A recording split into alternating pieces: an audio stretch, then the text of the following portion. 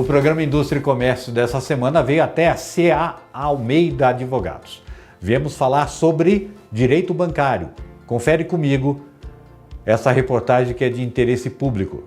Doutor, muito obrigado por ter aceito o convite, é um prazer enorme que o senhor questione os bancos e as dívidas bancárias junto às empresas no país.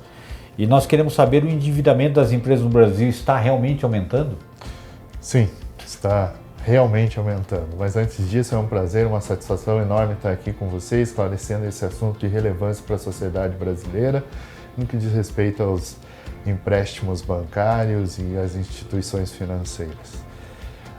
Está aumentando, existe um estudo do Serasa Experience que 8,9 milhões de empresas estão endividadas. Isso é um aumento significativo do tempo de pandemia, por exemplo, onde inúmeras empresas fecharam, né? Simplesmente faliram e não tiveram fôlego para superar aquele momento, né?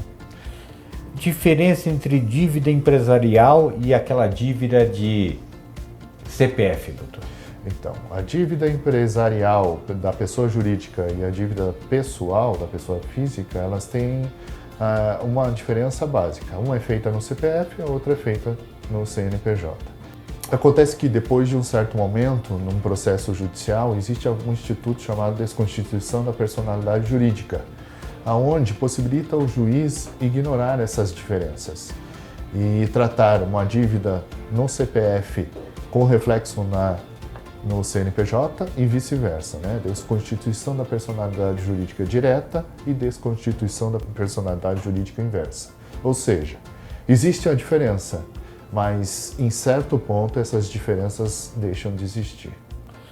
Doutor, aí entra a holding, né? Muito falada hoje em dia. O que é uma holding, doutor?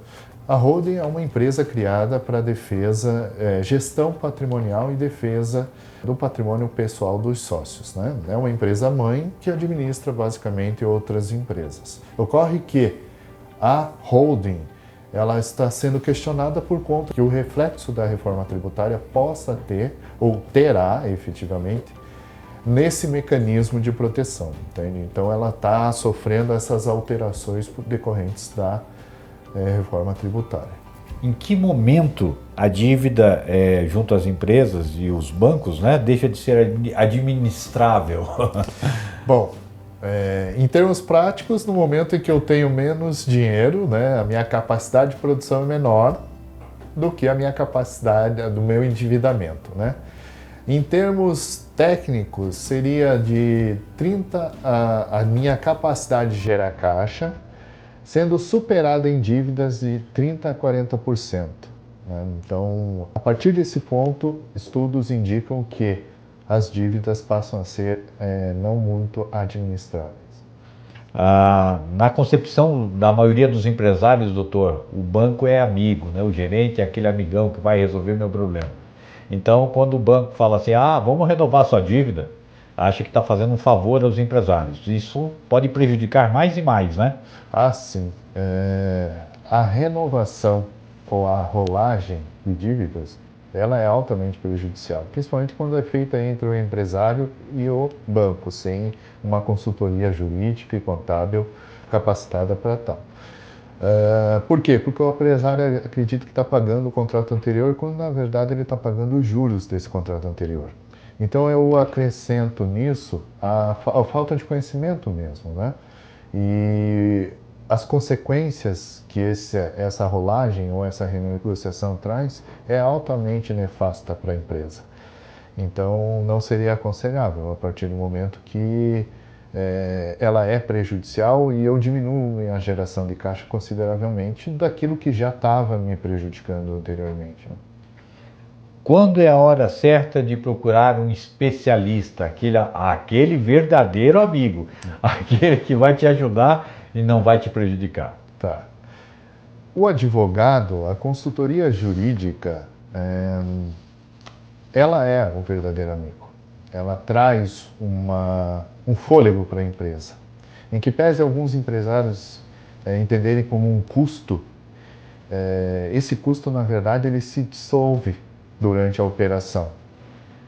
O momento correto para se ter essa consultoria jurídica é preliminar à assinatura do contrato. O empresário tem uma tendência em deixar de contratar um advogado ou até mesmo consultar um advogado quando a dívida já está sendo executada ou quando já está sendo vencida ou já venceu. Isso é um erro, não se deve fazer isso. À medida em que você tem uma análise preliminar do contrato que você vai assinar, de empréstimo, de capital de giro, enfim, seja de cartão de crédito, você tem uma análise melhor, uma análise mais completa e um panorama muito mais esclarecido, né, sobre o que aquele contrato pode trazer de consequência para a tua empresa ou até mesmo para você enquanto pessoa. O que um advogado analisa em contratos bancários, doutor? Eu diria tudo no sentido de as cláusulas em si, de forma global, porque você não pode analisar um contrato cláusula por cláusula, você tem que analisar dentro de um sistema. Mas, sobretudo, você não analisa só o contrato, as ilegalidades ou a abusividade de algumas cláusulas. Você analisa o sistema, como que isso vai interferir para o empresário, tanto de forma jurídica quanto de forma contábil.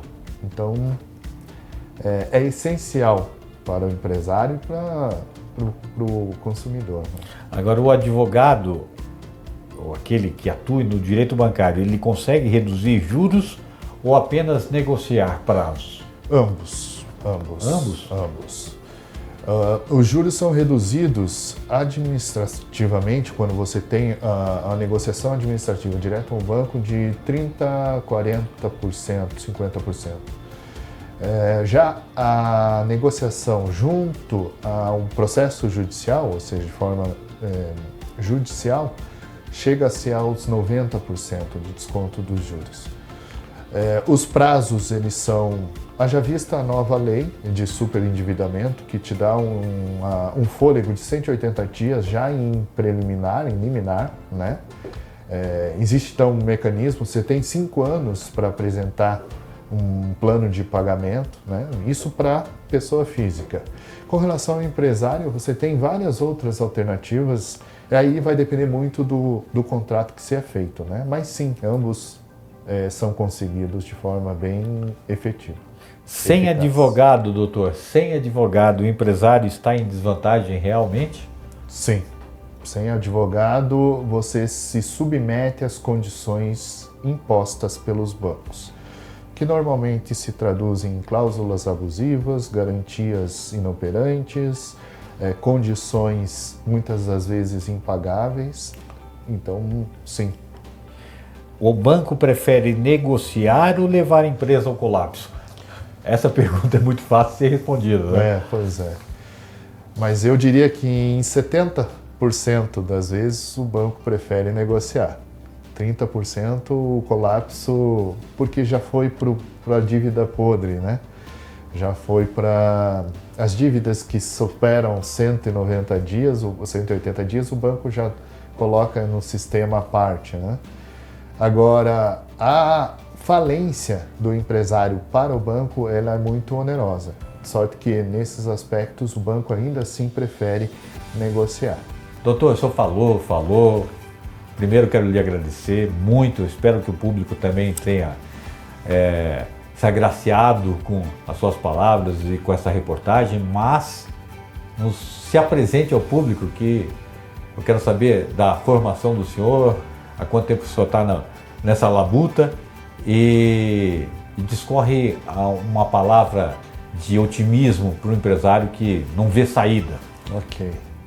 Bom, eu agradeço a oportunidade de novamente estar aqui com vocês, de passar para o público um pouco mais de esclarecimento. Isso é muito importante, o nosso público é muito carente de conhecimento, então a gente está aqui sempre para contribuir.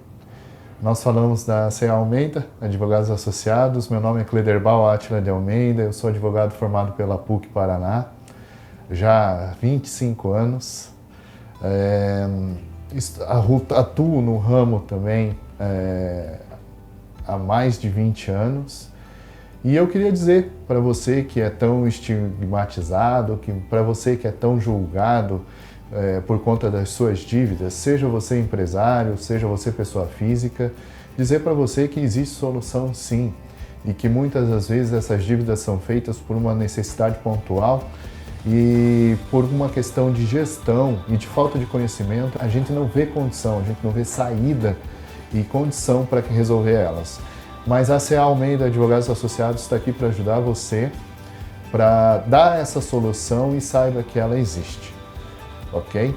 Muito obrigado mais uma vez, Brandão, estamos à disposição, nossos QR Codes, nossos endereços estão nas redes sociais, estão aparecendo aí para vocês e fique à vontade, nós estamos com a nossa equipe toda à disposição para atender vocês que estão tão necessitados de esclarecimentos. Muito obrigado.